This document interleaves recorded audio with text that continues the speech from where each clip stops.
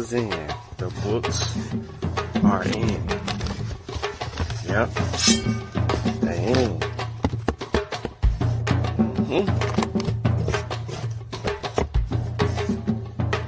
Here.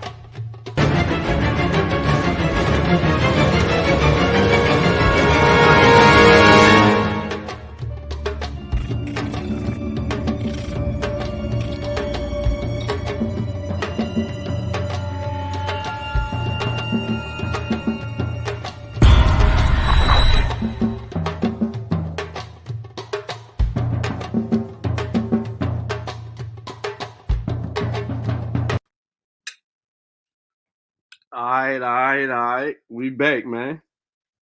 We back. Like the show, share the show. Tell a friend, tell a friend. We only streaming on YouTube right now, so share the show, people. Yeah. It's an after party. I want to leave the bill by itself. I didn't want to attach anything to the bill, just so people can digest that video on its own.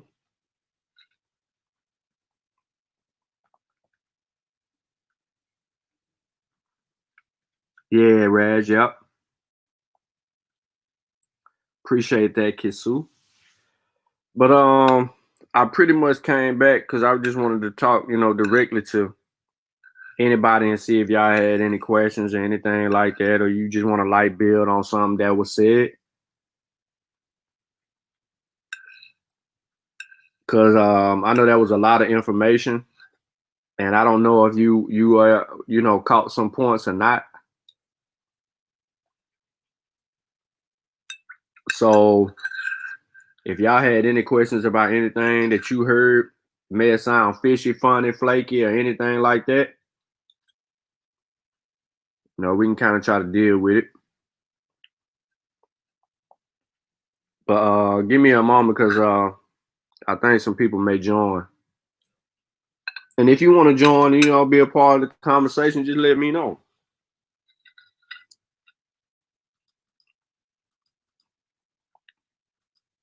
There's the link right there. We ain't afraid to have you on.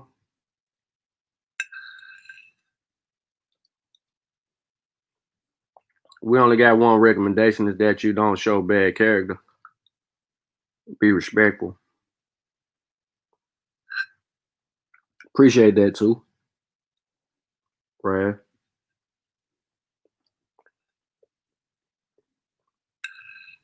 See, people on Facebook, they'll watch it, click off. Come back, click off.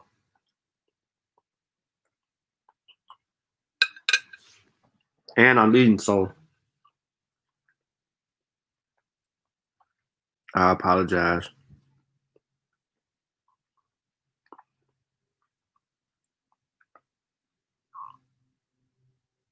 Let me see, man.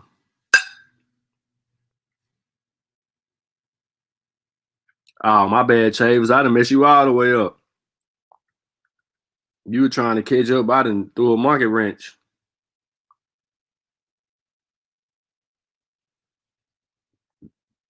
Let me ask y'all this. Who got Spills of the Mossi Volume 1 and Volume 2? Who got both volumes? And who just got one? For anybody in the chat. If you ain't got neither, you can say you don't have neither. Yeah, Kitsu, you can come on.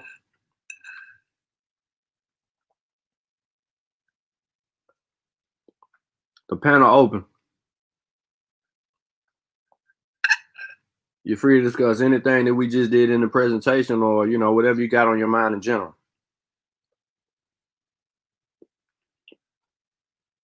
The after show is always about the shenanigans, so.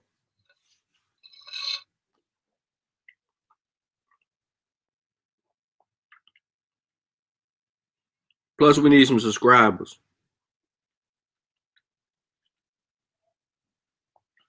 Let's see if we can get some subscribers, some new subscribers today. Hey, y'all shared the show? Nope. Hey, y'all shared the show? What up? What up? What up, bro? About to shut the show now. You still on YouTube?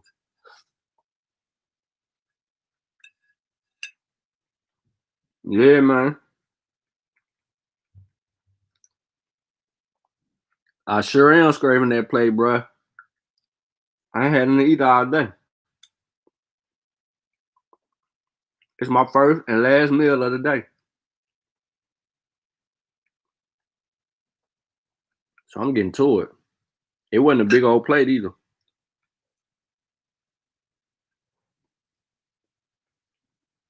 I got somebody. Nah. I already got one dislike. Yeah, cool. I already know who that is, bro.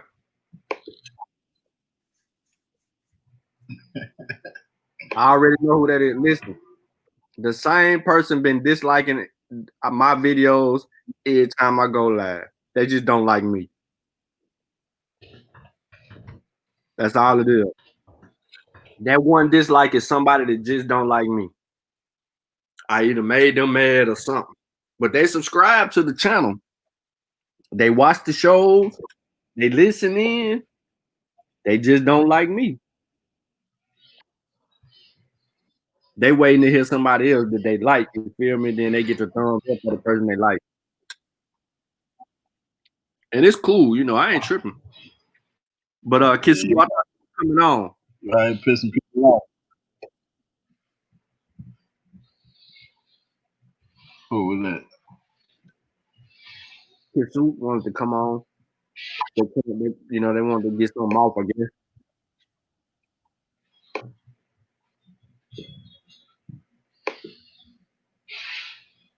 But this really, yeah, it's true. Really, this is if you got questions, answers, or if you got something that you felt like wasn't touched on and based on your research, we can build on that. Or if you got something else you want to talk about, we can do that too. Sutet, you got something you want? You know what I mean? I seen you was in the chat throwing blows.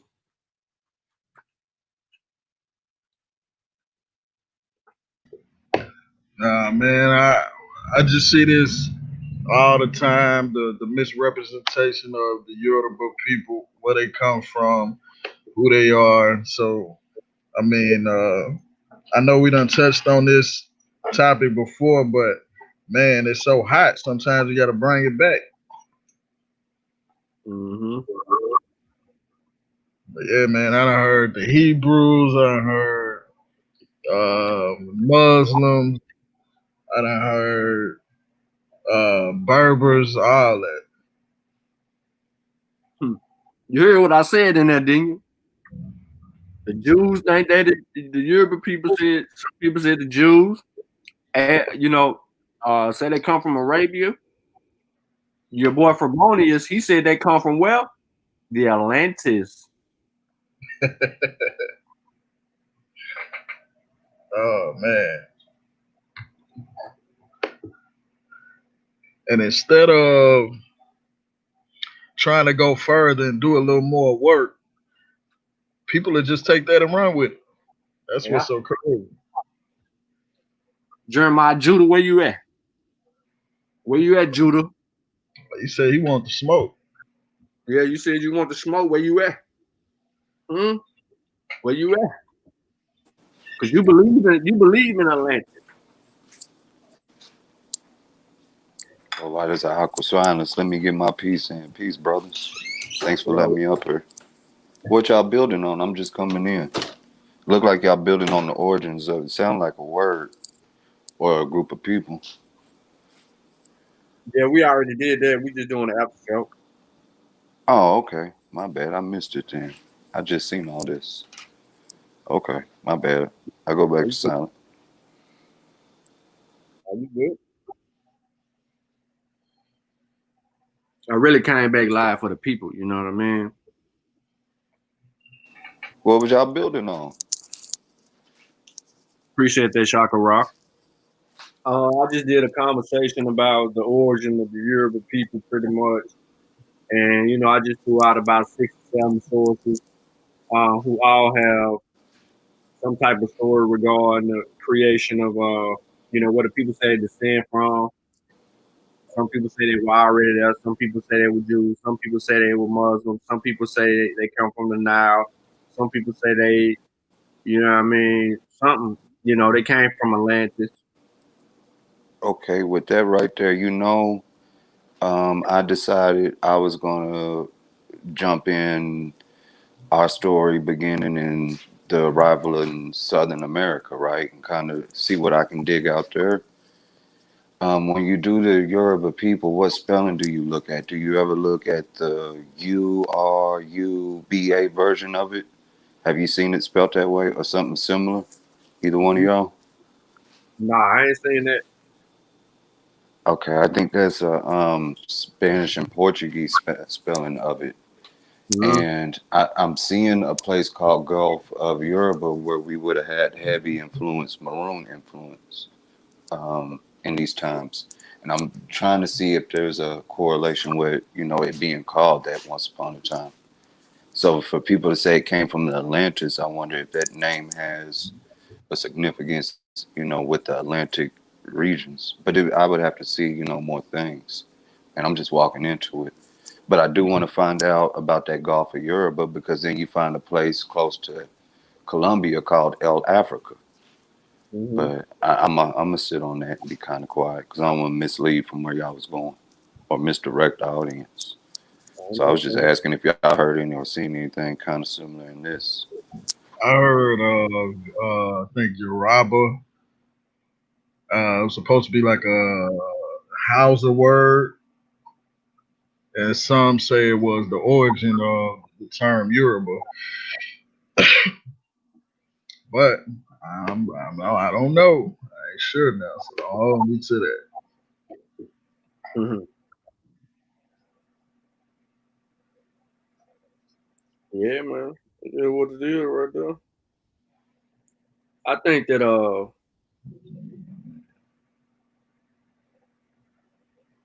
I ain't said think why they made Atlantis a tourist spot. yeah, yeah, it's real right there. Atlanta's so real, why it ain't a tourist spot? It did, man. You know what I'm saying? They got that thing in the Caribbean called Atlantis, bro. That's what they got that there. But now, She said she trying to get in, but the link ain't work.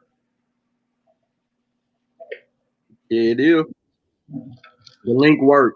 If you're on Yeah, an it worked. iPhone, if you're on an iPhone and you're trying to go through Chrome, you got to go through what's that stupid thing called? Safari, or you got to open it up in browser. Yeah, that's how I come in from my phone. You copy the link and do exactly like Sean says, and it'll let you in. Because I'm on my iPhone.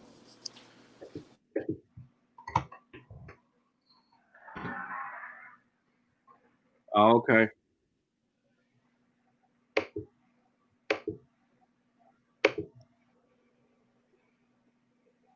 But what y'all think about the conversation though, that we just had? For the people who actually seen it, I mean, even if you caught bits and pieces of it, for what you seen, your part of what you seen, was there anything interesting that you would like to kind of go back into, or was it based on the numerous amounts of sources, or is there anything that we probably need to dig a little deeper into? Because peep this migration legend and creation myth, and I'm gonna do this part right here just for this conversational piece that we having. Was gonna do it on the other one, but I stopped myself. Peep this. The migration legends, which are often cited, point to the origin of the Yoruba in the very opposite direction. One of these, which is common among peoples of northern Nigeria, tells of Kursra, a magician king who came into the area from the east, with one branch moving into Yoruba territory. Another count comes from a copy dated 1824, part of a document written by Muhammad Bello, Sultan of Sokoto, and presumably based on Hausa verbal tradition.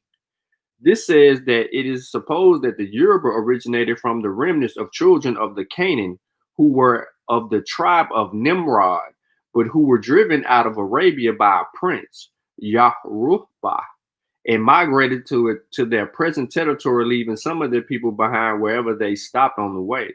Thus, it is supposed that all the tribes of Sudan who inhabited the mountains originated from them. Neither of these accounts, however, have been recorded among the Yoruba, although they have sometimes been cited by Yoruba writers. A third legend, which is Samuel Johnson says he recorded from the traditional historians of Oya, says that Oduduwa, son of the king of Lamarudu of Mecca, reverted to idolatry and was expelled by the faithful Muslims, wandering eastward from Mecca for 90 days. Oduduwa settled at Ife, even disregard the fact that Ife is west of Mecca. No subsequent writer has recorded this legend among the Yoruba.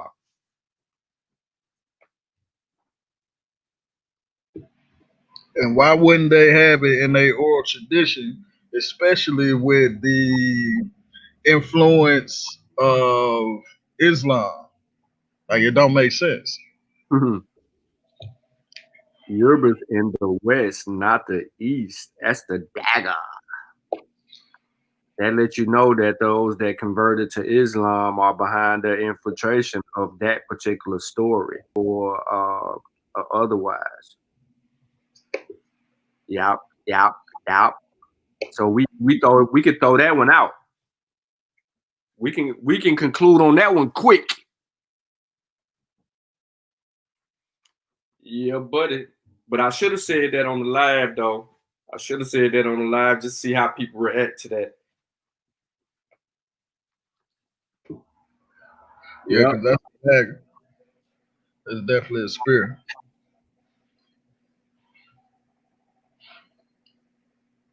Mm-hmm.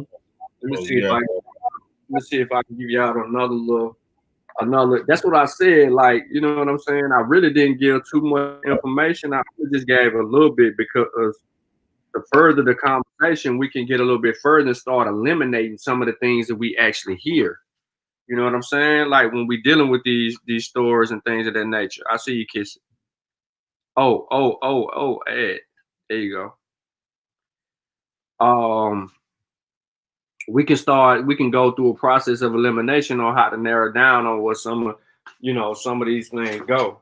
And that's one of the ways, historically we looking at that like Kisu. You still trying to load up.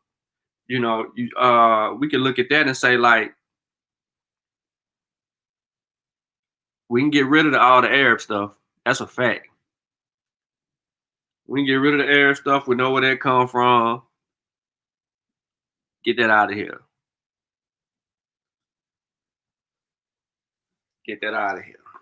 Let me see if I can expound a little bit more. Whew.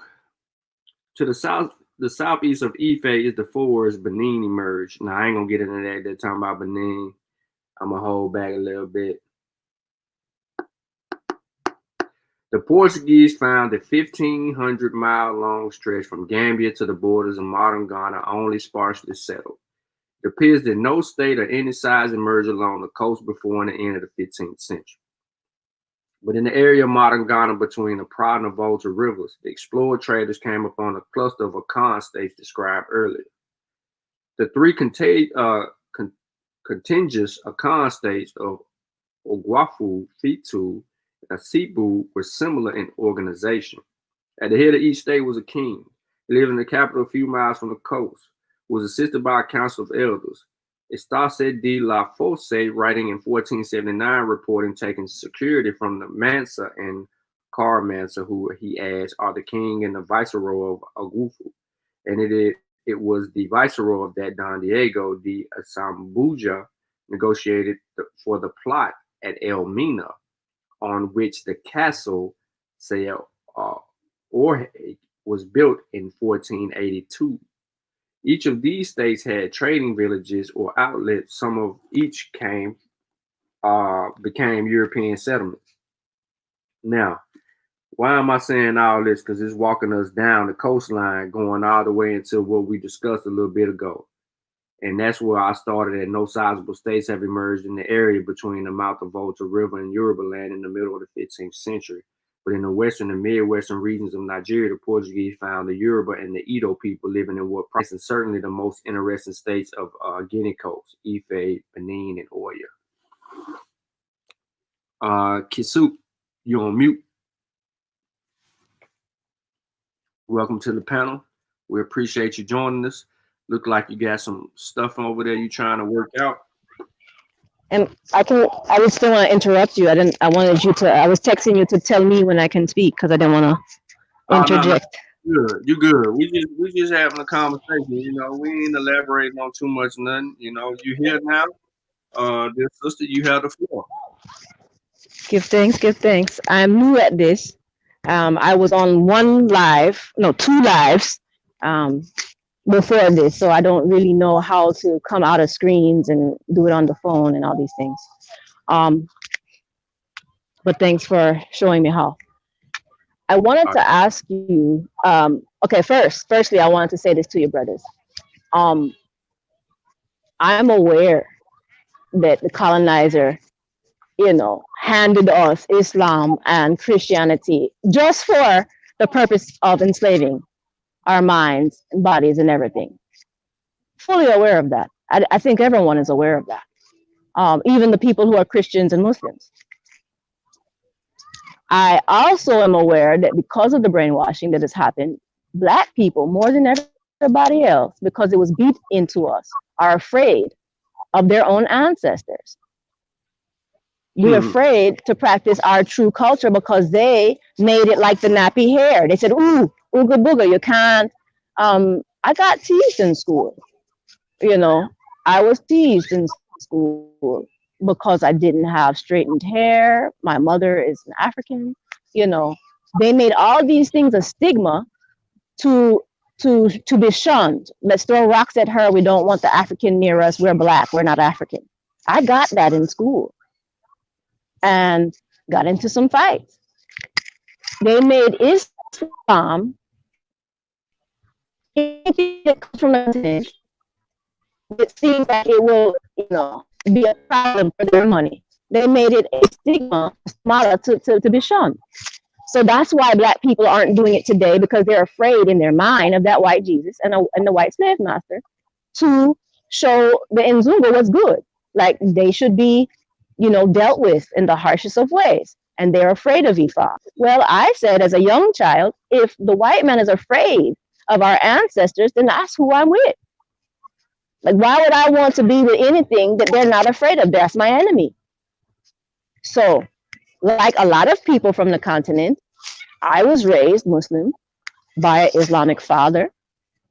But of course, as soon as I had sense, as soon as I turned 12, I think right before I had my first moon, I said, this is now cipher. And I became arm, leg, arm, head. I had I, self, Lord, and Master. I became God body. So when I make a reference to standing firm with brothers and sisters, with my Muslim brothers and sisters, because I will always, because the white men don't like it, so I must be on that team. However, my ancestors is what keeps, holds, and protects me and all of you and everybody. I'm fully aware of this. But when I'm speaking to a deaf, dumb, and blind 85er that is a Muslim that is hurting my teenagers in the Bay Area, then I have to speak to him in a way that he can receive it. His ears are already going to close when I say don't pimp our sisters. So I have to tell him, look, I already know what school you're coming from, and I can do a dissertation on that and get on a chalkboard right now and shame you and pull your pants down. I have to make him know that. I can't come at him as the priestess that has been getting people out of jail and doing whatever I've been doing, because his ears will be closed. Then I'll become that, African stigmata that he doesn't want to have any part of. So when I'm speaking to a grown-ass man, like a 15-year-old, I have to give him the feeding that he's able to accept. That means add some sugar to it.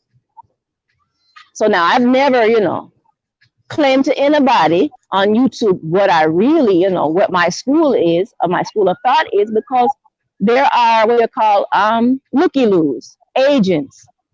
And when I was on the last chat, my first chat, an agent, a Haitian agent came on, called me by the last alias I was using, and told me to pipe it down about the militantness.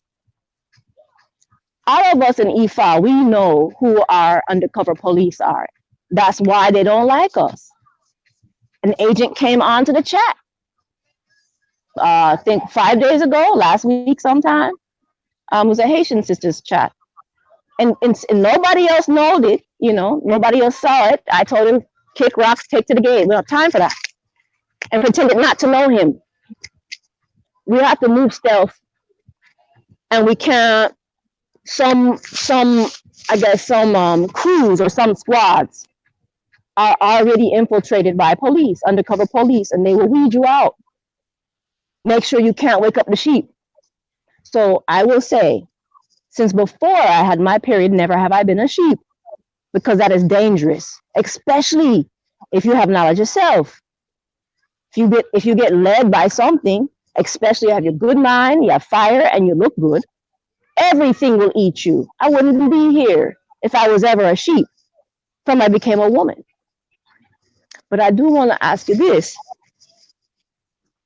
Since we're here now, how do we access our original culture, unadulterated, before we had to hide it so many times? Because it looks like the Black man and woman now, all we have access to is the Cubans version of it being watered down all over the world and then coming back to us at maybe 15%. And it's not working for us because it's moving through other nations that weren't capable of accessing what we can access. So I would like to know if the Akan, which tradition, which house, you know, I know Palonayon, but like which house is the most that you know that we know of, that unfiltered and most powerful, so that we can defeat our enemy? Because I don't want to spend time on the arts. I don't want to spend time on dancing. I want to spend time on teaching my girls and boys how we can defeat, because right now we're in a pickle.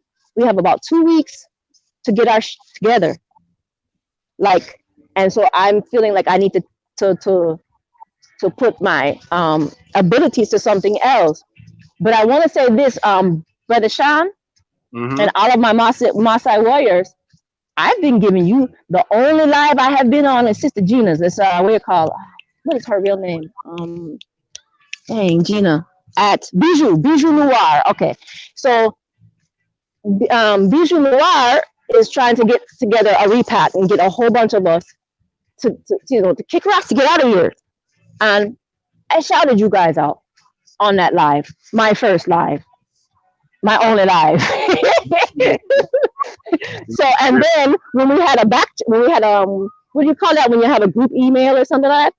Yeah, we had a group email. Yeah, no, not in the back chat. We had a group email to where they sent it out to all of us. Like, this really been, you know, in the groups, not the study groups, but we have like reasoning groups.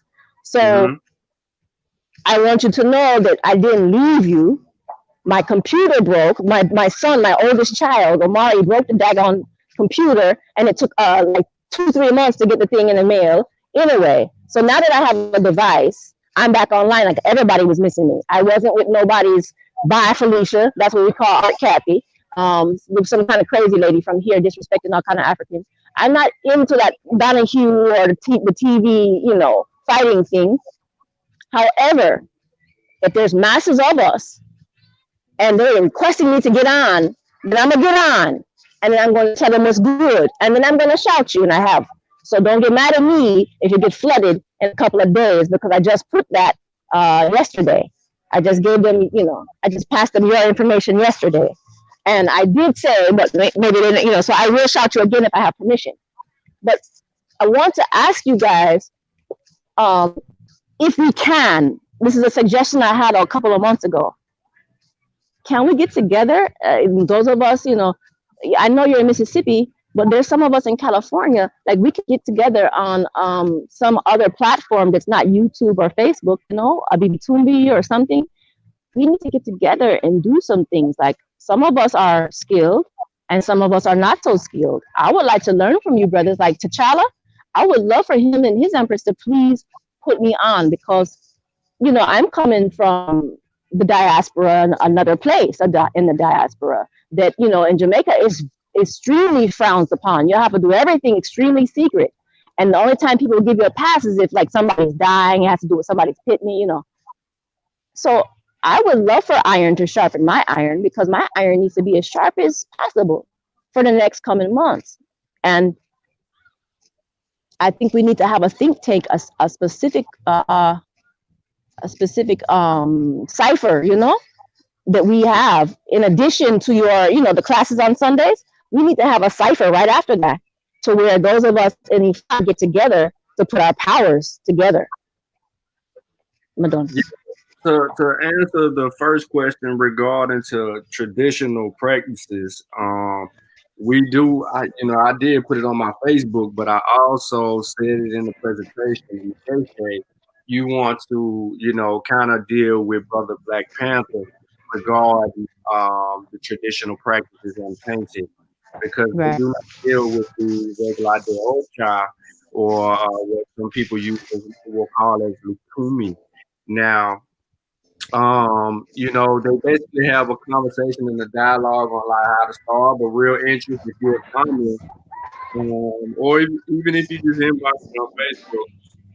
But I think Brother Panther might be watching, or he might even join. I don't know, but I know like this is his first week back, so it's kind of like different for him to want to participate in certain things when he hadn't seen his family in over almost 2 years. So we can't ask him to come out and play when he just got home. So I gave you my I text you, not to cut you, I text you from my cell phone right before this chat started. So when you check you can pass in my information. Okay. The 510 is me. Okay. And then we'll deal with it from that perspective and try to get all of that information out. Let's see.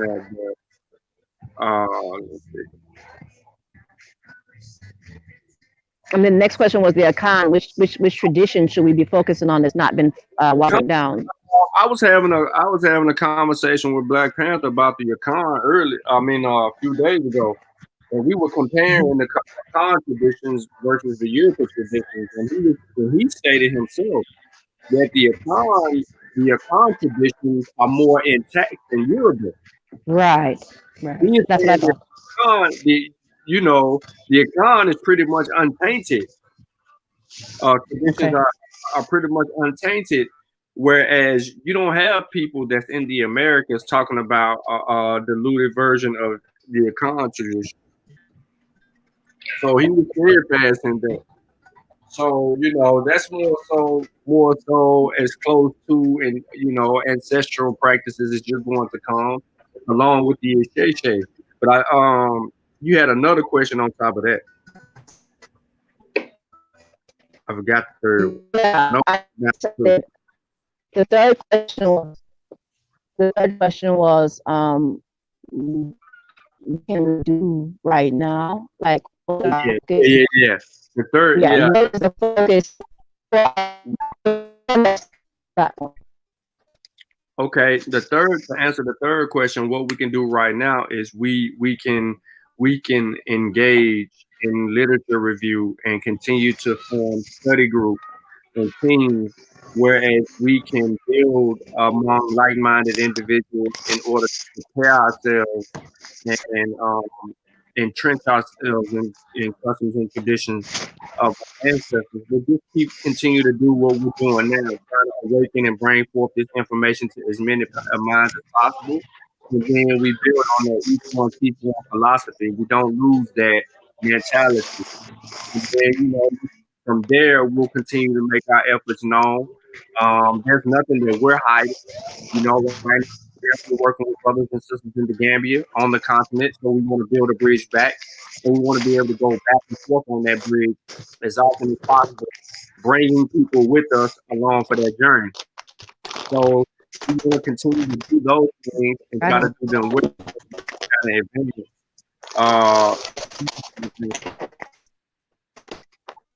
Uh, I want you to know that when the family was talking about school, I gave y'all a shout out. I was from these your brothers. mic, And up. no, not Your, March. your Sorry, mic hold on. break. Make I move. Yeah. All right. So yeah, those are some things that we wanna actually kind of deal with, and then we want to kind of go from there. Is it better now? Yeah, you breaking up still a little bit, but that's pretty much where we're going from there. Hold on one second. Let me check. Okay. Okay. And Raz had asked the The question. back family was Yeah, hold on one second, Kisu. Yeah, the Yoruba and Benin are not known as Yoruba, but Gedivi, Ketu, Itakla, and Ibunaga. Briefly talk about this if you have information on it. So let's see what information I actually have going into the Benin. Because even though you don't want to go too far stretching it, Raz, but I tend to I tend to not say that they don't want to extinguish themselves from that because they are actually a part of Europe. But to the southeast of Europe in the forest area, Benin emerged, whereas Ife remained a city-state. Benin had developed into a sizable kingdom by the middle of the 15th century.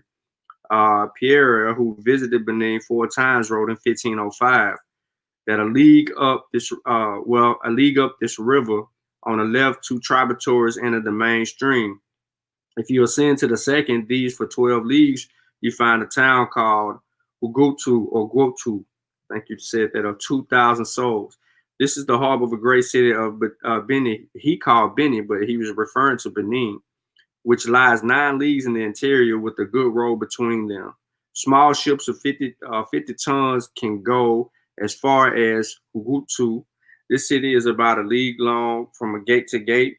It has no wall, but is surrounded by a large moat, very wide and deep, suffices for its defenses. Its houses are made of mud, walls covered with palm leaves. The kingdom of Benin is about 80 leagues long and 40 wide. It is usually at war with its neighbors. Uh, it seems clear that the traditional accounts of Benin that there are at least 2 periods of Benin history. All that can be pieced together is that during the first period, Benin was a city-state under the rule of Ogiso dynasty, and that this family was replaced by the Oba dynasty sometime before 1300, establishing themselves among the Edo-speaking people who organized only into clan lineages and village groups. The new Oba kings claimed supernatural powers. They soon succeeded in converting the city-state into sizable and thriving kingdoms that the Portuguese found on their arrival in the 1470s. The oral traditions of Benin, Ife, and Oya shed some light on how the Oba dynasty came to power. The histories of all 3 kingdoms agreed that after a period of anarchy, the people of Benin beseeched the Oni of Ifa, Oduduwa himself, for a ruler and sent his son Oramayan now. But believing that it would be better for a native of Benin to rule there, Orem, I always miss his name, Oromiyan, married a daughter of one of the local chiefs and shortly thereafter had a son, Iwika, to whom he gave the throne. Oromiyan then returned to Ife and from there went on to establish the kingdom of Oya. Iwiku thus became the first Oba of Benin, but he had to obtain his signia of office from the Oni of Ifa. Now, Ife, it seems obvious from this account that founders of Oba dynasty of Benin, like founders of Oya, came from Ife. So that's one source regarding the origins of the Benin. Let me see if I could give you another one, bagging that up, going from a different angle. Bear me a second, and here you go. It says, it seems that the first rulers of Benin and trade and settlement, afterwards a city of Niger Delta, acquired their power soon after forming of the first Yoruba states, or perhaps about the same period. Tradition knows them as Ogisu dynasty. There is no doubt that the Edo people of Benin took some of the political ideas from their Yoruba neighbors. Tradition says that hundreds of years ago, Probably at 1400 AD, the Edo of Benin became dissatisfied with their rulers. They accordingly sent to Ife and asked Oduduwa for one of his sons to rule over them. He sent them priest Oromiyan or Orignan, and Orignan stated a new period of political life in Benin State. This does not mean, of course, that the Edo took over Yoruba ideas wholesale, even if a close connection exists for a time between some of the rulers of Benin and their contemporaries of the Yoruba states. The Edo were very much a people with ideas of their own. We can see this in many ways. Their artistry, whether Benin itself or the Edo town, were especially brilliant in the skills of working metal and evolved many styles of great distinction. Edo expansion at Benin dates back to a period long before the first European written reports were made in the second half of the 15th century and was possibly linked to Benin's strong trading position of the Niger Delta. Although the details here are far from clear, tradition suggests that the political system and customs of Benin were already well established by the 15th century. By the 16th century, Benin had become an important power in the land. Now were the artists of Benin, like those of Ife before them, were required to celebrate the power and authority of their rulers. And so, in doing so, they developed a special style of royal sculpture that was different from their more popular and often more beautiful styles, which were linked by ordinary folk, as well as producing many fine heads and figures. The royal artists designed and made many hundred brass plaques or large rectangular pictures in metal, which were used to decorate the Oba's palace. Many of these fine old sculptures, whether in the royal style or in other styles, have survived and become famous throughout the world. Here again, we come across an interesting point. The sculpture of Benin was mainly in brass, yet brass cannot be made without copper, and there's no copper in southern Nigeria. So the copper must have came from somewhere else, and it must have come in exchange for goods produced and sold by the Edo in Benin. Benin, in other words, was deeply concerned with foreign trade. This trade seemed to consist in buying copper and other goods from Western Sudan in exchange for Edo cotton stuffs and other goods. Once again, one perceives, even if here is a shadow way, how the rise of the states and the empires can be intimately linked with the production of goods and the exchange of goods. Much of the power of the empire, Benin, like other big states and empires, may be thought to have been built on economic foundations of this kind. Now I'll stop right there, but I can go a little bit further with that particular source. That source right there was Basil Davis in the History of West Africa. The one before that is the Horizon History of West Africa. And then let me try to go in my Yoruba, the Southwest, and see if they say anything about Benin, if I can give you that straight up from that area as well, just to kind of roll things out. I don't think he's gonna give me nothing. He's gonna stick primarily to straight up Europe. Yep. So I'm gonna rule them out and just give you two right there. Well, yeah, two. Let me see if I can give you a third about Benin.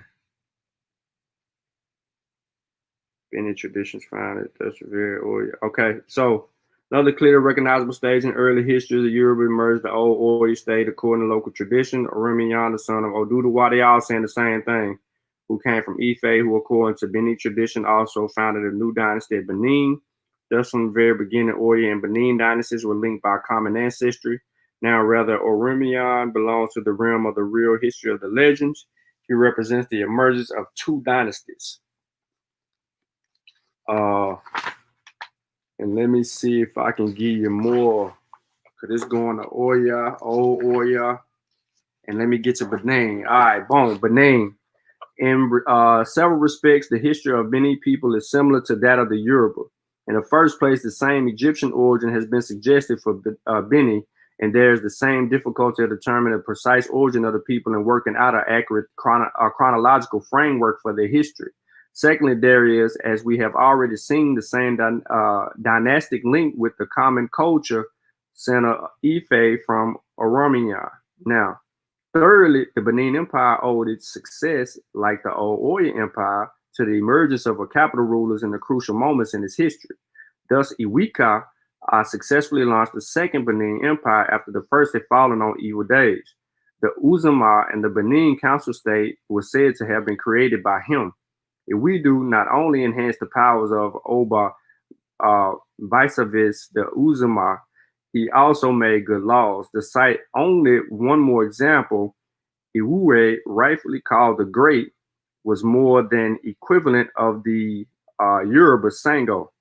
Now, credited with magical powers, Iwue combined military competence with remarkable statesmanship qualities, which enabled him to revive the dwindling fortunes of Benin. Hold on, let me plug my laptop up, and we'll get right back to it. Now, he extended the empire and, to use a modern word, developed the metropolis. Fourthly, Benin, like old Oyo, had necessary resources for maintaining its political system, in addition to the usual revenue accruing from tolls and rural prerogative of demanding the labor of its subjects for public works. The Oba had other sources of income. There were proceeds of export trade in Europeans. There were half-yearly tributes of foodstuff from the different parts of the empire, and there were court fees. Fifthly and lastly, the Benin kingdom flourished in the same period of the Yoruba Empire and dominated an equally great area of what is now southern Nigeria. But there are also marked differences. Take first the Beni version of Oromiyan dynasty. Beni traditions not only emphasize the existence of the older dynasty native kings from Oguso, but the Oromiyan story is also told with a peculiar twist. The Beni themselves brought their own indigenous dynasty to an end by asking the Oni, king of Ife, for a prince to rule over them. The Oni sent Oromiyan, who, as soon as he reached the capital, quickly perceived the Oni prince with the requisite knowledge of local culture and customs could successfully rule the people. Oromiyan therefore decided to return to Ife, but not before he had made the daughter of a local chief pregnant. It was the son born in these circumstances who became Iwika I, the founder of the Second Benin Empire. Obviously, there's an attempt in this story to gloss over what was in fact an alien imposition. The dynasty came from Ife, but its first king was native-born Edo. This contrasts sharply with the Yoruba reverent attitude to Ife. Benin, unlike old Oyo, was remarkable, accessible from the coast, and this fact accounts for the many accounts it had with Europeans very early in recorded history. In 1485, when the empire was already well established, the Portuguese came in search of trade. And in the wake of the traders came Portuguese missionaries anxious to find churches. By the 16th century, these early contacts have resulted in exchange of ambassadors between Benin and Portugal. And Portugal cultural influences was for a time felt at the court of Oba. In the course of time of other Europeans, notably the Dutch and the English, followed the Portuguese. Now, one of the consequences of these accounts with Europeans was introduction of firearms, which must have facilitated the further expansion of the Benin Empire. Another is that they have left us eyewitness accounts of Benin Empire. From the European records, we can learn something about the divine monarchy of Benin, about the etiquette and the remarkable size of the court of Oba, about the 30 main streets of metropolis, all straight and wide, about the cleanliness of the people and their surroundings, and about the system of trading. I find it quite interesting that Europeans will write about the cleanliness of the people in Benin. But to answer your question, Roz, hopefully that did it. The watcher. He said, this is what I come for. But yeah, so I gave you several accounts dealing with Benin. Let's see if I can give you another account. Just like I did, I ran it down with the other. Let me see if I can run it down for you like that. Because we all have an interest in West African history, and we all are looking to not only reconnect with West Africa, but we're also intrigued in the historical perspectives of West Africa, because it's a lot of closely related history that has been ignored, and it's not romanticized. Not like Kemet, it's all beautiful, and they got all this pyramids and all these fancy things that the world has commercialized. So it's kind of tough to kind of deal with it. But yeah, I got you. So let me run down Benin Mama, for you. Hold on, one second. Let me get this out for Raz to give him one more clarification, clarified point. Now, the Benin Empire was a colossal in the southern area of Nigeria, east of Oyo. Its influence and prestige extended even to the regions over which its power could not be enforced. According to Benin tradition, the areas under effective control were wide down to the end of the 18th century. In the west, the boundary with Oyo was established at the Otun in the Kitu country. The rulers of Akur, Elishe, and Owo looked up to Benin to settle succession disputes or were required to pay homage. And Lagos, 8 days by canoe through the creeks, was apparently a principality of Benin. Badagry to the west of the Lagos and other places even farther west were reported to subject to Benin to the close to the 18th century and early 19th century. To the east of Benin, tradition records Igbo rulers from west of the Niger. That would be Agbor, Abor, Ubulu, Uku, seeking Benin assistance in resolving succession disputes. In each case, the unsuccessful candidate was detained in Benin to serve as sword bearer. Imada, the rulers of the places, were also invested at Benin. Now, the degree of control exercised over the territory seemed to exceed the type of Benin influence ascertainable in the Niger Delta during the same period. And some of the Uherbo groups on the Delta periphery and in Ming, only the first incumbent in political office went to Benin. Later, rulers merely sent presents to Benin. The kingdom of Wari, founded by Benin migrants, also ran its own affairs within the Delta and dealt with the European visitors as sovereign state. It is, however, clear that the Ijao oral tradition that the prestige of Benin was high throughout the Delta. Admitted European visitors and influence only through the port of Wato, Benin does not seem to have been affected by the Atlantic contact as much as coastal communities. The fluctuation in the power of the kingdom are subscribed by Benin traditions to weakness of individuals, obas, rebellions, or successor disputes. The Benin monarchy was, however, fairly stable during the 17th and 18th centuries. Only one oba was removed by the elders, and at the beginning of the 18th century, the rule of primogeniture was established by Oba Iwakpe. While European contact failed to become the decisive force to change in Benin, the European effort was much greater and sustained over a longer period than in the Delta states. In Benin, as a Wari, the Portuguese established Christian missions from the 16th century. In each place, these initiatives failed to take root. Go ahead, Sister Kisu.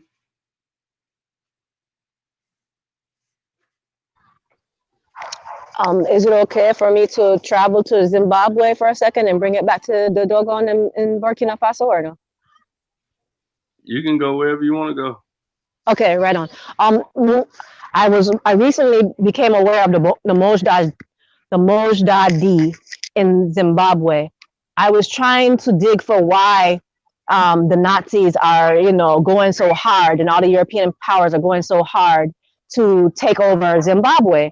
And every time they want to take over something like Rwanda, Bosnia, it's because of something that's very, valuable there. So my thoughts, or I would like you, if anyone knows, the Mojdadi, do they have a link to the Dogon tribes that had to, spread out in, on the continent? What is their origin? Like, I don't believe that they were just stationed in Zimbabwe. I feel like they migrated to Zimbabwe from maybe some other region of Upper Volta, maybe. Yeah. So regarding the Dogon is unique. The Dogon, like many other traditions, also have the belief in migration from the east or the northeast, and Yes. that's pretty much how all of that takes place. As far as going down to Zimbabwe and all of that, what you normally see is when you see people migrating, it's one or two reasons why they're migrating.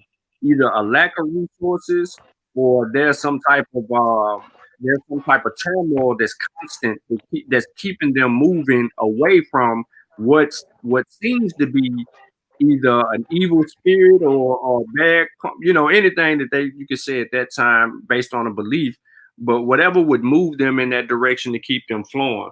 But as far as the Dogon, that's something that we have to really, really, really, really, really specifically set aside and deal with on a case by case instance, and set out some real research questions to answer a lot of things about the Dogon, because there's some sketchy information centered around the Dogon.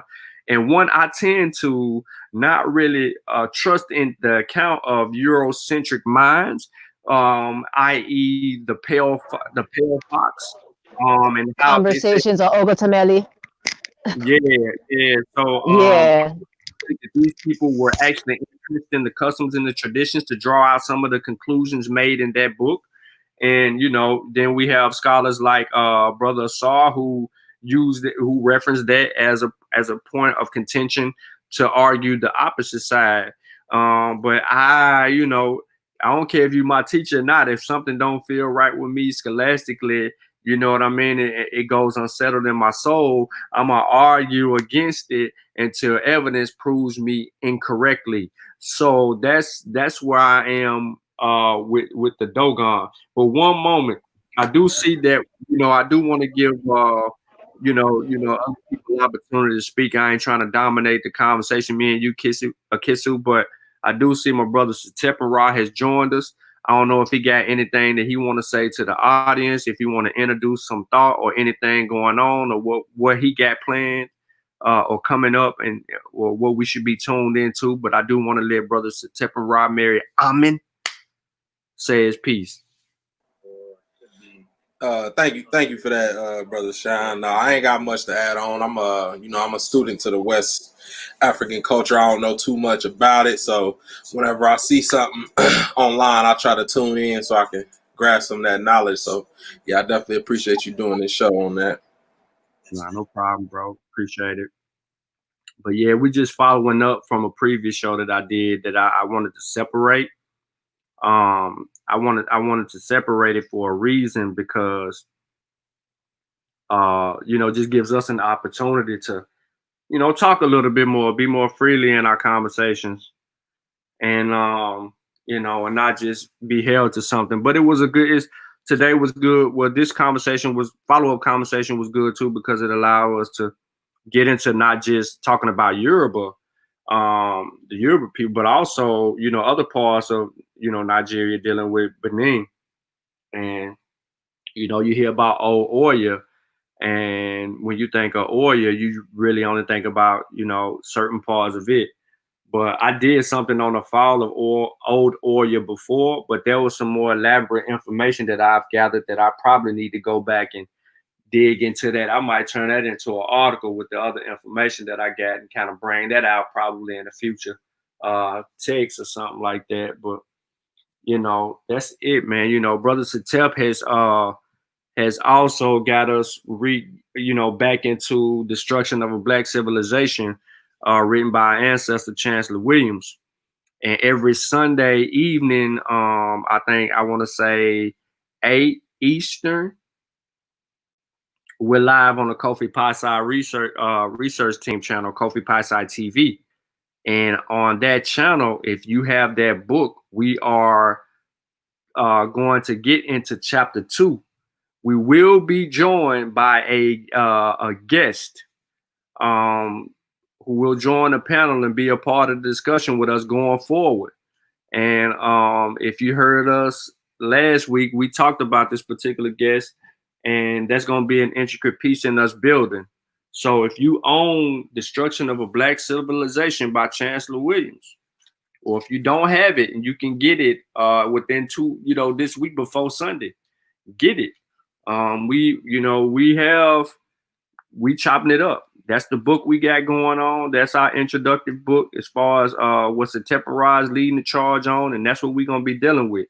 And we're gonna walk through every chapter, and it's gonna give us a better understanding of our natural world and how we've been deceived in history.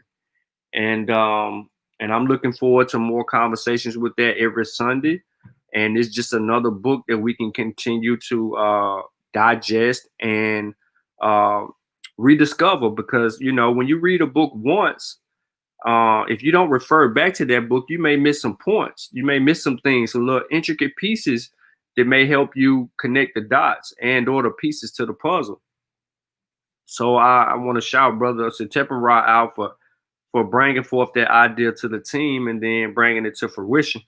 It was going to be something private. I kind of pushed for it to go public because the reason why I pushed for it to go public is because I respect the minds of everybody on the team, and I feel like, you know, we would have some intellectual conversations that we might want to capture it, those moments, and you know, the audience can benefit from those conversations because the minds of our brothers that we have on the panel. Now, I have talked a whole lot. Afro saying something in the chat. He says, so they came from the east. How far east? See, Afro, I actually answered this question, but I will only say that they come from the east regarding Arabia based on Arabic sources, which we can dismiss because we don't have evidence of such.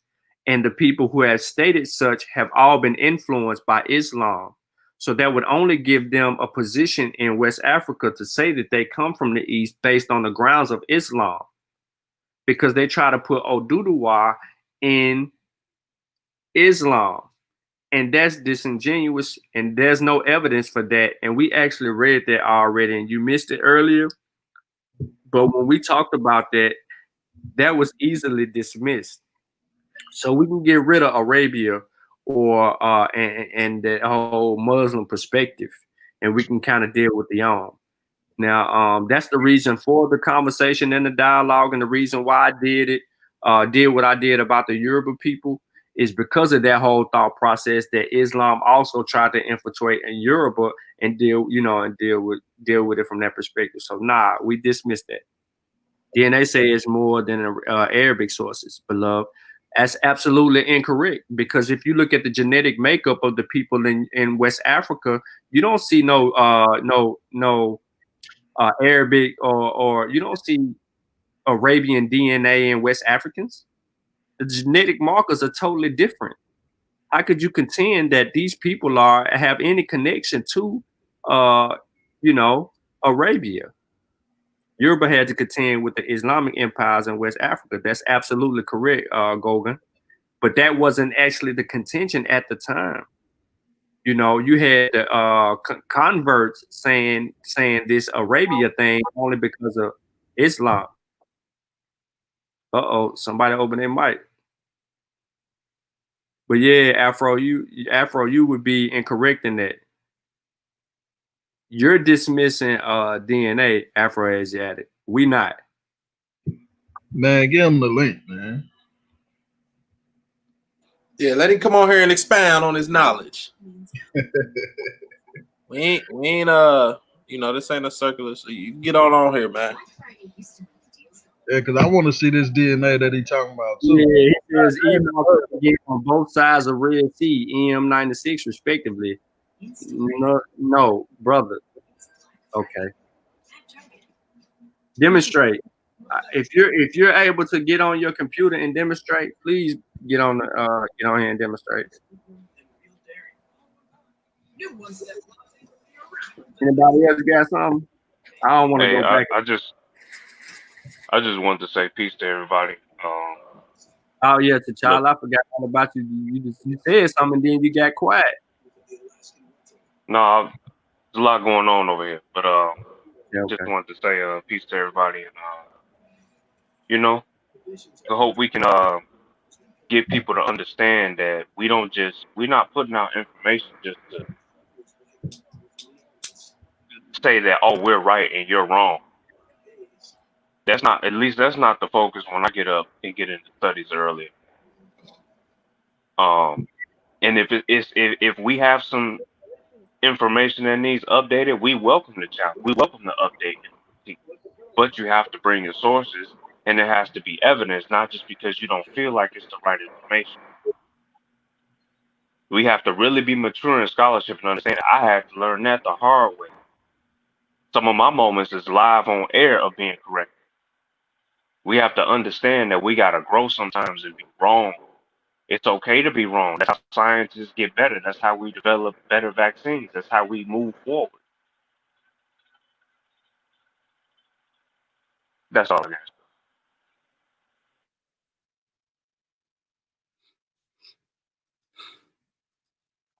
I hear you, brother. He gonna I have a agree. time. He gonna have a time of his life though with this with this trying to make these people in Arabia Stop it. genetically. I I want to see this. want to see it too, Is it coming on? man. You know, sometimes he comes, sometimes he don't come. You know, he comes in peace when he comes until he starts talking too far. There you go.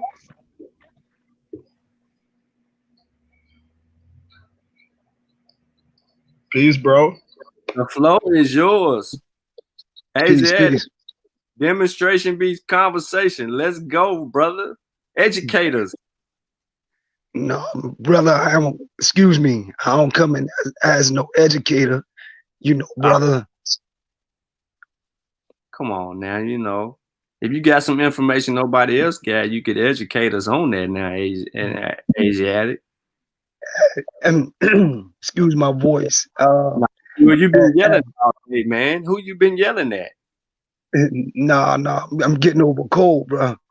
Okay. All right. You ain't got that wrong now. No. Okay. We ain't gotta kick you off. Yeah.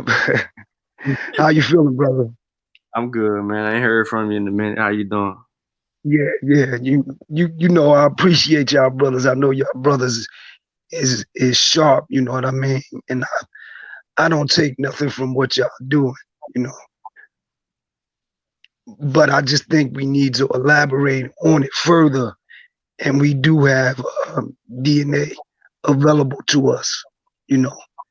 So we can actually look at the source of different markers, and certain markers that come out of the Mideast are in fact in Africa. The root of the E markers is out on both sides of the Red Sea, which is EM96.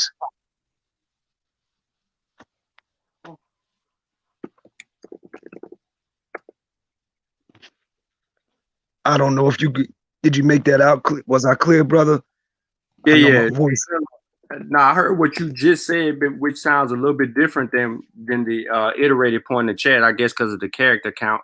But yeah, you're saying that it's on both sides of the Red Sea. Yes. Okay, so your point of contention would have to be next is you can't, just because the genetic marker is on both sides of the Red Sea, that's obviously migration. Yes. But it wasn't always that genetic marker wasn't always in Arabia. That genetic marker had to migrate to that area. But that genetic marker don't come back into the continent and go directly into West Africa and help establish any of those states. Now, here's why I say that in my argument. Now, I know you may not have read volume 2 from Spears to Pen. But you know, clearly there's some information in that book that talks about the people that actually comes to Balad El Sudan. And you know, in the chapter White Rule in West Africa, I'm very clear in that argument when I write that white rule in West Africa. And what I shape and what I argue in there, I use some science now. I use the science. But yes, sir. These people that actually come to West Africa, they ain't West African in no way, shape, form, or fashion. They are genetically, they are a whole other people. And those, they don't look like me or you. Right. And they come and they even say things about, you know, they make claims when they come. And I think if you get volume 2 of Spills of the Mossi, you'll see my argument and where some of that stuff stems from. And then we have to go back and look at those sources. Now, you know, I do got the Arabic sources over here too. Mm. I got the scholars now. I got the Fatish. You know, I got the Tariq El Fatish. I got John Hunwick's El Sayyid Tariq El Sudan. I got the corpus of early Arabic sources. I got what my other Arab at? I got the medieval West Africa views from Arab scholars and merchants. And you know, when they talk about coming into West Africa and they talk about trade and things of that nature, they don't talk about they don't talk about these people being on both sides of the Red Sea or having any type of familiarity with these particular people. Mm. So we got to look at a timeline of establishing when this marker arrived on the other side of the Red Sea. Mm-hmm. And that's going to take us a little bit further into answering that question genetically. Mm-hmm. Right. Because we know in America now, we can make that connection very easily genetically because we're going to see certain things. But then when we start having to watch the migration, we got to get into how I got over that. And, you know, what kind of interbreeding preceded that in order for that type of stuff to happen. Because we do see, you know, intermingling that would take place in some part or some point in history when you have Arabs coming into an area with some people that they're unfamiliar with, and the next thing you know, you might see some admixture. But at the time, these Arabs weren't mixing with them blacks. Mm. Yeah, the expansion that I'm referencing is a bit more remote, but it nonetheless still connects the haplogroup, the E haplogroups that originated on both sides of the Red Sea with EM96, and we see that expansion. It took place at least. Well, they came back over the Red Sea, according to available science, at least 70 to 50,000 years ago. But those markers, we have evidence in the Arabia-Nubia complex, or the Nubian complex of Oman, that Nubians went into South Arabia at least 120, a little bit less than 120,000 years ago. We know that from 100. I like to go a little. Hold on. Yeah. Let's follow. I don't want to slow you down. I just put the Hablo E group up, 96, what we talking about, so people can understand. Now, it is one of two main branches of the older and ancestral haplogroup DE, the other main branch being haplogroup D. The EM96 clade is divided into two main subclades, the more common EP147 and the less EM75. So before we run, let's walk everybody through what you're trying to argue. Now, under 2001 proposed the haplogroup E may have arisen in East Africa. Some authors of the Chadzwinski 2007 accept the early position of Hamer 97 that haplogroup E may have originated in Asia. May have. Arabia. Now, yeah, we know what they mean by Asia. So in the E clade or haplogroup D, the other major clade haplogroup D being exclusive distributed in Asia. My bad. And then going through DE is a clade of M168, and the other two classes C and F consider the Eurasian origin. However, several discoveries made since Hamer's article are thought to make an Asian origin less likely. Let's see what they say. Underhill and Kivitz in 2007 demonstrated that C and F have a common ancestor, meaning that DE has only a sibling, which is non-African. DE is found in both Asia and Africa, meaning that not only one, but several siblings of D are found in Asia and Africa. Carafeet in 2008, in which Hamer is a co-author, significantly rearranged time estimates leading to new interpretations of a geographical origin of ancient subclades.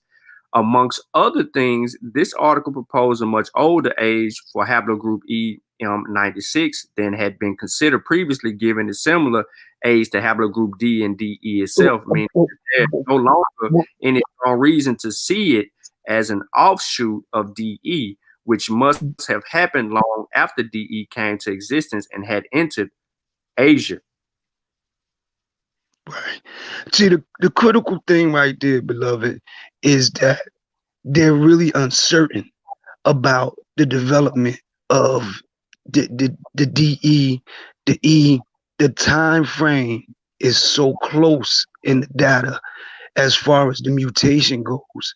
It's very difficult for them to pin down exactly when the mutation took place, because it appears the mutations took place so rapidly in the area of Arabia. I don't know what made the mutations took place so rapidly, but when we look at the development, we see CT, we see CF, we see DE, we see EM96. They all they would have had to have come out of that C group that was in northern Africa, but they developed so rapidly in the area of Arabia and the Levant that it even befuddles the actual scientists. That's why I was trying to. You're making a religious argument when you start. I didn't say nothing about religion. No. I know you didn't, but when you I didn't say one word about religion. Listen to me. When you bring up the Levant, that is a religious argument. Now, it's not. It's geography. Geography. I understand, but when you mention that, you're making that, once again, Rob Bowen's favorite word is Kemetic hypothesis. No, brother. You are pushing me into that box. I never said anything about religion. I'm talking about geography. What's Levant? I'm talking about geography. The Levantine area is geography. When I'm saying it, I'm talking about geography, and we can demonstrate that those E markers are there in the Natufians. The Natufians are two E branches and a CT sub-Saharan African branch as well that is in the Levantine area. I'm only using that as a geographical point, not a point of religion. Okay, so I want to just stop you right there real quick, and I just want you to know about the distribution. Most members of haplogroup EM96 belong to one of its identified subclades, and the EM96, EP147, EM75 is rare. E1A and EM75 are found almost exclusively in Africa. By looking at the major subclade frequencies, 5 broad regions of Africa can be identified: East Africa, Central Africa, North Africa, Southern, and West Africa. The division can be distinguished by the prevalence of EM2 in East, Central, Southern, and West Africa. EM78 is East Africa. EM81 is North Africa. EM2 is the most prevalent subclade of E in Africa. It is observed at high frequencies in all African regions, from moderate to high. EM243, especially in subclades M78 and M81, is found at high frequencies in Northeast Africa and North Africa, and it's only subclade that is found in Europe and Asia at significant frequencies. EM243 is common among Afro-Asiatics, which you like to do, speakers in Near East and North Africa, as well as among some Nilo-Saharan and Niger-Congo speakers in Northeast Africa and Sudan. EM243 is far less common in West Central and Southern Africa, though it has been observed among the Khoisan speakers and Niger-Congo speakers in Senegambia, Guinea-Bissau, Burkina Faso, Ghana, Gabon, the Democratic Republic of Congo, Rwanda, Namibia, and South Africa. No mention of Arabia. Now, one of the very pre-pottery Neolithic beat fossils that were analyzed for ancient DNA was found in carrier paternal haplogroup E, and then it goes all the way through that. Now, to make your argument of where you're trying to go, and I'm just going to try to clean it up for you real quick, is based on the archaeological evidence, these people ain't got nothing to do with Asiatics in West Africa. Well, brother, I say respectfully, when we look at the Natufians and we examine the Natufians, that's 12 to 15,000 BP before present in the Levant. The Natufians had a relationship with the Iberian Erusians. That the Iberian Erusians are the Mauritanians, Tunisians. They were contemporaries at 12 to 15,000 BP before present. The Iberian Erusians are in Northwest Africa. The Natufians are in, what we call the modern day Middle East, but they carried the same markers, E markers. I believe it's E1, maybe E1B1B, and they also practice removing the front teeth. So we know, well, that is evidence that there was a connection between these cultures through the markers and through the practice of removing the front teeth.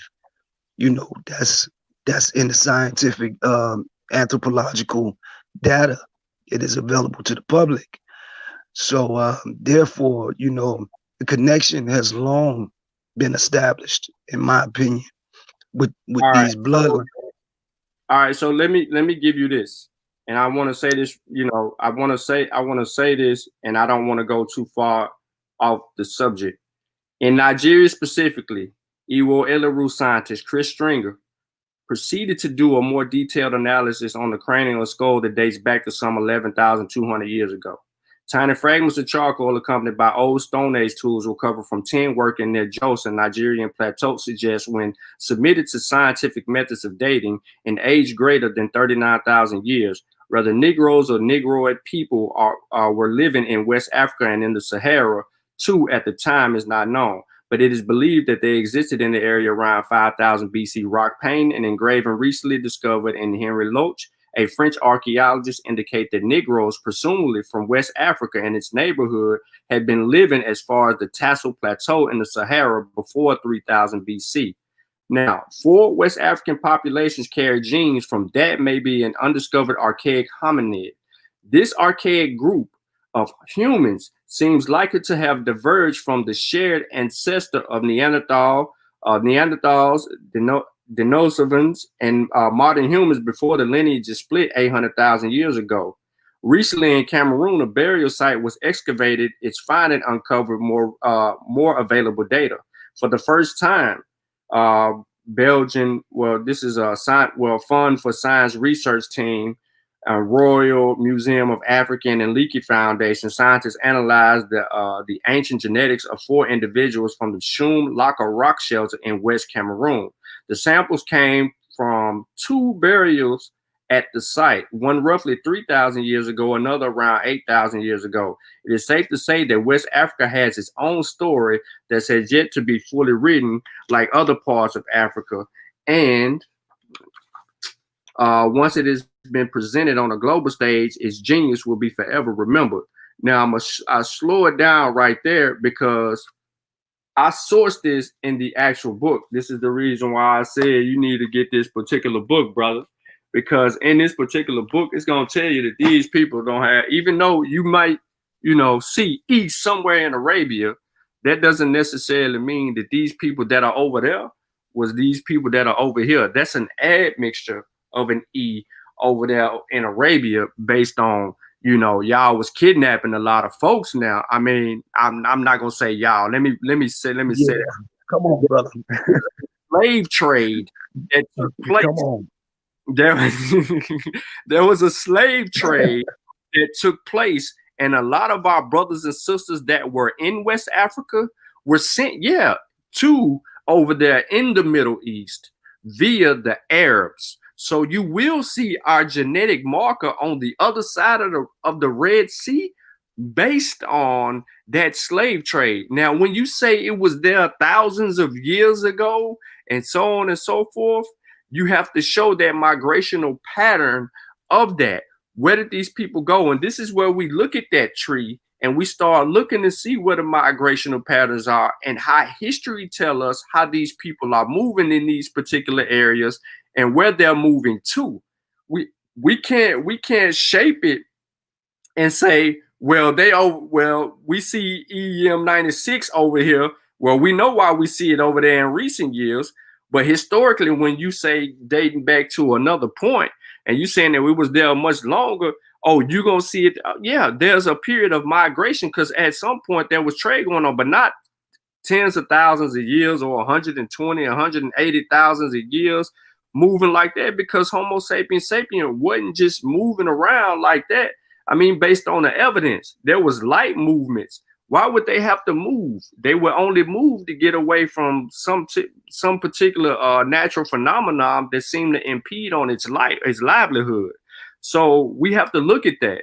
And then going back even further, you're going to start dealing with people that was hanging out in trees for safety and living in them trees. And then you're going to have to deal with that part of history. I know somebody who was doing that, Sean. Who was doing it? Hanging out in trees for safety. Yeah, yeah.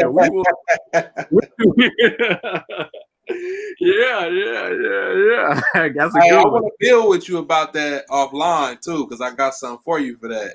But go ahead. But that's kind of the premise of what's going on of how this is. Now, I'm not disregarding any of the information. I really don't care. But I would never say the Yorubas have any relationship to the Asiatics because historically they already threw that out the window. Well, it all depends on the time period.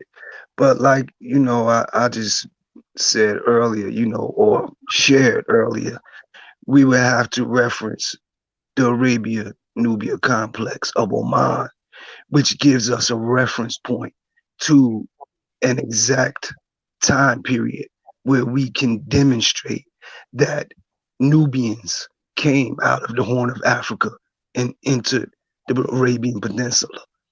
That point of reference is the Nubia complex of Oman. It is called the Nubia complex because it's a Nubian type. I want to just specifically deal with Yoruba because that's what we're talking about. Understood, but we can argue. We can argue that. We can argue, people coming from the Horn and then going up into what you calling Nubia. I don't want to call it that because I think it's a scientific document. It's not me. No. I'm saying the name, the choice word Nubia is what I'm referring to. I would rather say something different, but I understand the area that you're talking about, and you will see them coming up and doing trade and going into other areas. True, I'm not going to deny that because it's closer to a network. There was an epic trading center in the region, so business was always booming in that area because hey, you had to have a pass to come into the continent of Africa, but we ain't letting you come in here talking about, you these people. We don't know you, bro.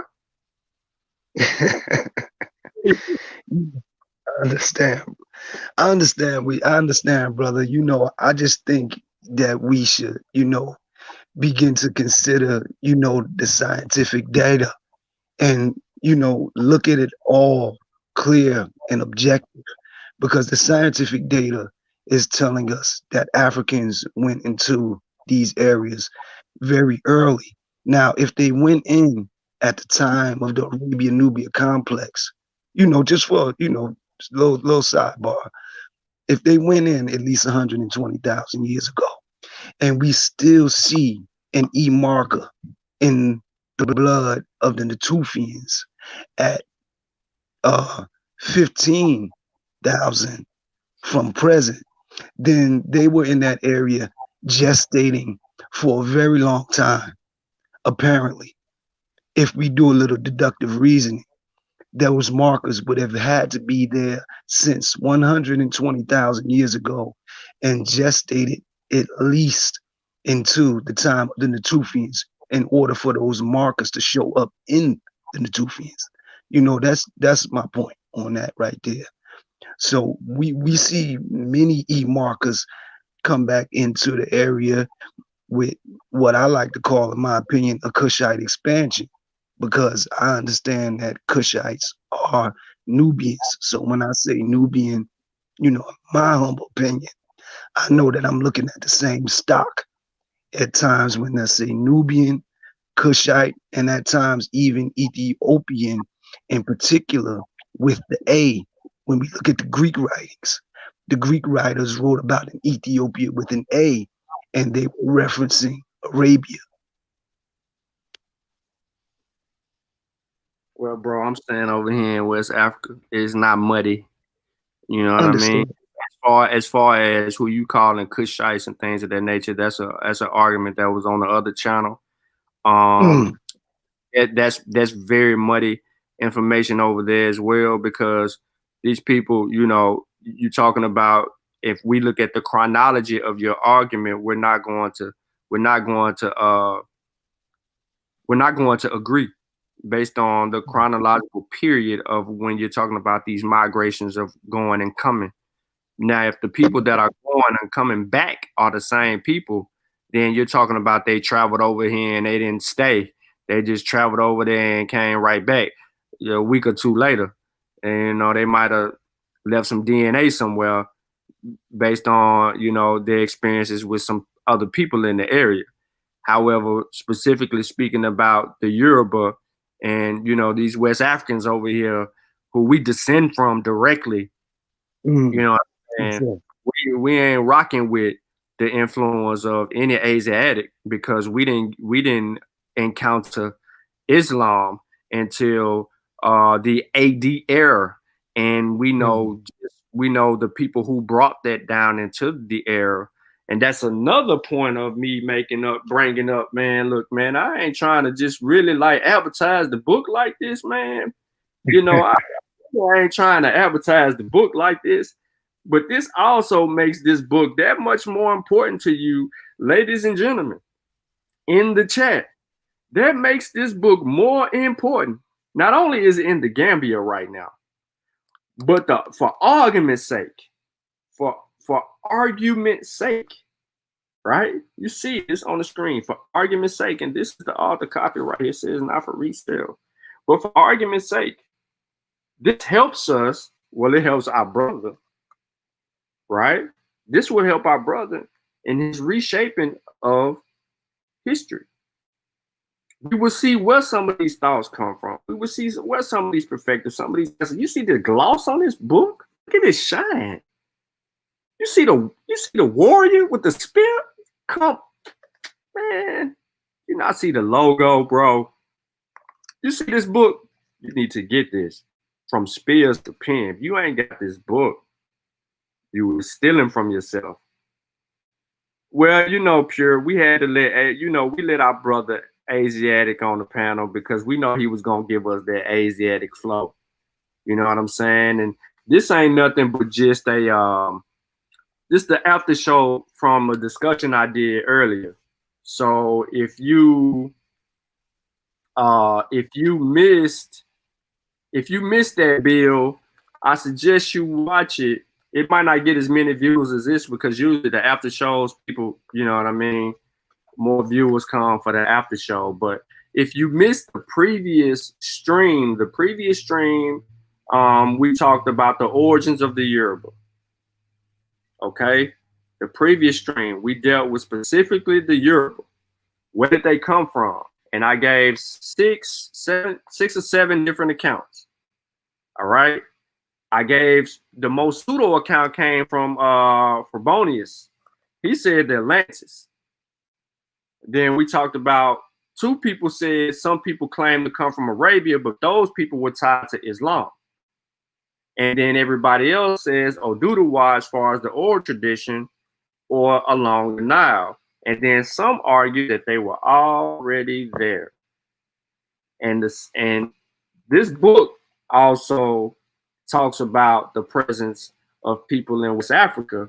And then I deal with a specific location 10,000 years ago, specifically, of somebody already there. Get this book. It is out.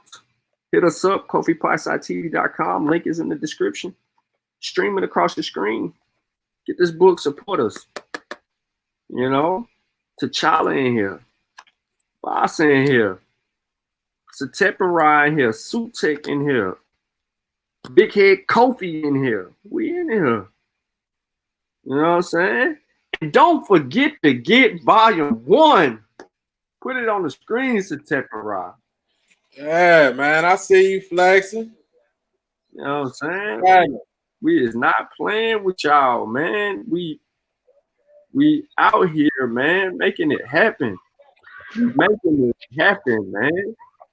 Have y'all spoken to pardon so have y'all spoken to Black Acres of the Gambia? Because they specifically made a request if any of us teachers knew of anyone like you who are, you know, I've been watching their YouTube page. they made a shout out. They asked for, and I actually text Cynthia about you guys, and I said that you guys are, you know, publishing your own books, but I don't know if you ever conversed, and I think it would be a good idea because there's a specific issue of miseducation in Gambia, and he addressed that. You know, he was calling all the teachers and everybody, but I want you to contact them. Cynthia Usambura Ajimbel. Yeah, I'm familiar with him. I was telling Kofi that I've been watching this black couple that moved from Clarksville, Tennessee to the Gambia, and I believe the guy was in the army as well, and they got a big family too. Yes, that's them. Yeah, I'm familiar with them. Okay. Well, they would love. I think you're, you know, they are in the same mindset as we are, and they would love your books. I told them they would love your book. You said that they're in the Gambia right now? Yes, they're in Banjul C4. They're in Banjul C4, the Gambia. They've been there for a couple of years, but they're building schools also. And so they asked for teachers to come. And so when I gave them a shout out, I also referred you. Well, you know what, they need to link up with Sister Fatu, who is also in the Gambia, because our books are in her library at the Ganjaro Skills Academy, and the library is named after Sister Ladosha here stateside. So our books our books are in the Gambia right now. They're in the Gambia. I was noticing. So I was saying, please make that link. Like I will mention it to them, but I also wanted you to reach out to them too. You know, their email. I'm sure if you were to make a link, they would love your books.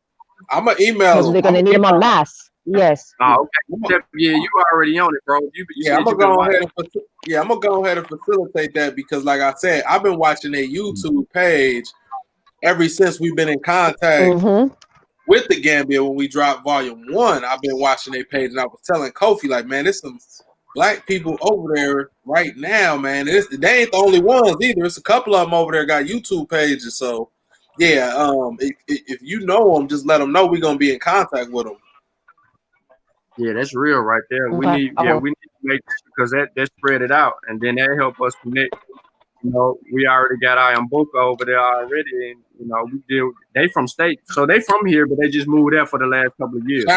Sean, the man lived in Clarksville, Tennessee. He right by some of his kids right by me. Some of his kids still there, man. His family's still there.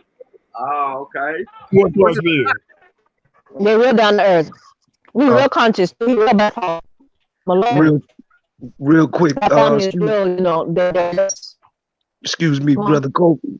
Real quick. Peace out to you, Ashe. Much appreciated for the discourse, and to be continued, brother. You know. All right. Peace. Get well. Peace. Get well, man. Who was that sister you had on here, Sean?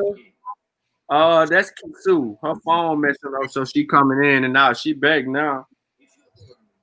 I thought this was one of the people that we deal with over in the Gambia. Nah, that's not her. Kisu, she here. Okay. Yeah, that's crazy, man. The Black Acres, man. I'm familiar with them though. That's real. You reach out, man. I mean, we're just trying to get the work out, man. And that's just another part. That's another part of, you know, a rhyme or reason. But, you know, this right now, the gays, you know, the Gay and Gyro Skills Academy is Fatu in the crew. They making noise right now. I'm pretty sure if they make enough noise eventually, especially when they get ready to do volume 2 on a wider scale, as far as the writing essays and stuff. That brother you talking about, they're here. They're here. Yeah, man. I like their YouTube page though, man. They tell you like cost of living there, how much they pay for food. They say when they came back to the States and their kids come back and go back. And the daughter said she didn't like it. She said she like it over here. She said she like it over there in the Gambia more, you know. And then she got a YouTube page and she'll tell her little stories on how she became acclimated to society over there, kids, you know, certain things. So yeah, it's a nice little YouTube page, man. It'll get you prepared for, you know, if you decide to go over there, if you want to, you know, get property over there, whatever. They talk, man, like he was actually, I seen it on his YouTube page. I seen where he was talking to some guys that own land over there and was selling land, so they was staking it out. And then he was talking to him like, yeah, man, if y'all want to get something, you know. So yeah, we definitely need to bridge that.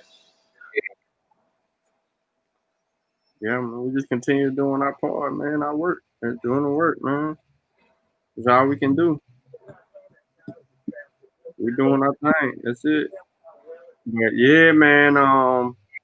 For everybody that kind of, you know, chimed in a little late, man. We had a discussion earlier.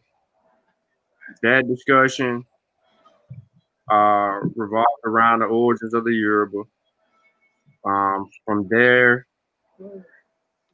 we talked about how, you know, I went down and walked down my sources and gave people some clarity on that so that they can understand that.